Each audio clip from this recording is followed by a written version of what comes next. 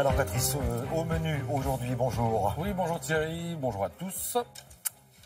Au menu, donc Oui, vous me demandez, oui, j'allais vous dire effectivement que la diversité qui prévaut depuis le début de la semaine, et dont je vous parle depuis le début de la semaine, eh bien, ne se dément pas. Ce matin, ça va encore du sacre de Xi Jinping en Chine, à l'instauration d'un hypothétique péage urbain à Paris, ça c'est la une du Parisien, en passant par l'angoisse des survivants de Raqqa, ça c'est la une de la Croix. Donc autant vous dire que ça ratisse large, comme on le voit sur ces unes, mais s'il n'y avait que 2 journaux à ouvrir ce matin, eh bien, je vous conseillerais l'Humanité et le Figaro. Pourquoi? Parce que l'Humanité nous parle d'antiterrorisme, je vais y revenir, et le Figaro nous parle d'antiterrorisme, et l'Humanité nous parle du CETA, le traité international de libre-échange entre l'Union européenne et le Canada, un traité qui n'a pas fini de faire gémir. Alors on va commencer précisément par le CETA, mais j'y viens par des voies détournées avec l'évocation de cette une du Télégramme. Regardez la question posée. À quoi sert Nicolas Hulot?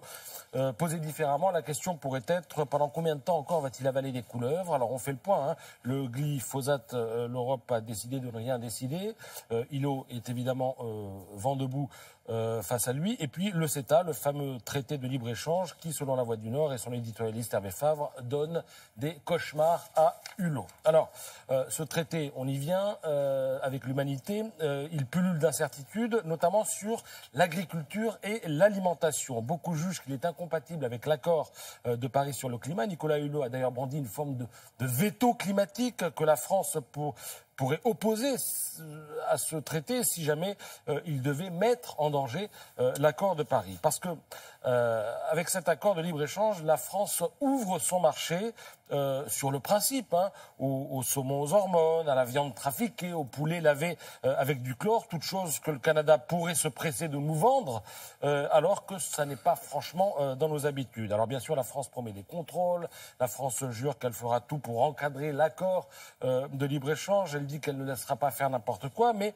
il se pourrait bien qu'elle tombe de haut si d'aventure les multinationales estiment que la France ne joue pas le jeu. Parce que dans l'Humanité, c'est l'eurodéputé écolo Yannick Jadot qui prévient: nos législations sont à la portée de canon des multinationales. Ça veut dire quoi concrètement? Eh bien, ça veut dire que si demain l'Assemblée nationale ratifie le CETA, eh bien, une interdiction du glyphosate ou le simple fait d'étiqueter le bœuf canadien qui égurgite de la farine animale ou du maïs OGM pour prévenir le consommateur, eh bien, tout cela pourra inciter les multinationales à porter plainte contre l'État français et à réclamer des dommages et intérêts. Et il suffira de dire à ces multinationales que c'est une concurrence déloyale dont elles sont victimes pour que nous ayons à payer des milliards, parce qu'évidemment, ça n'est pas la justice française qui s'exprimera sur le sujet. Donc tout ça est à lire dans l'Humanité. Alors l'autre sujet dont je vous parlais, c'est dans le Figaro. Le journal a suivi le travail au quotidien des sections spécialisées de la brigade criminelle.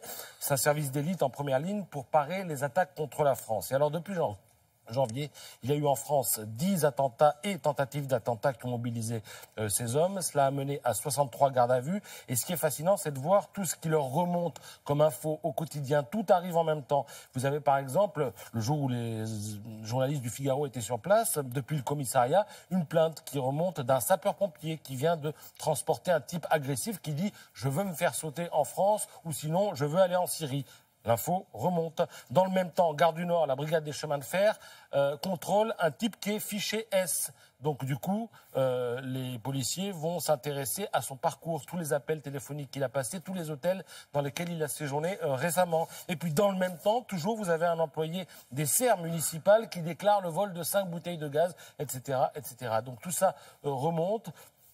Vous avez, je disais dans le même temps, mais il y a aussi 4 passagers en Djellaba qui sont dénoncés parce qu'ils transportaient des cartons d'une voiture à un camion. Voilà. Tout ça remonte et les hommes doivent faire le tri. Ce qui est fascinant, c'est qu'ils sont spécialistes en cybercriminalité et qu'ils maîtrisent l'arabe littéraire et dialectal sur le bout des doigts. Donc c'est, je le disais, étonnant, fascinant et surtout ça inspire le respect.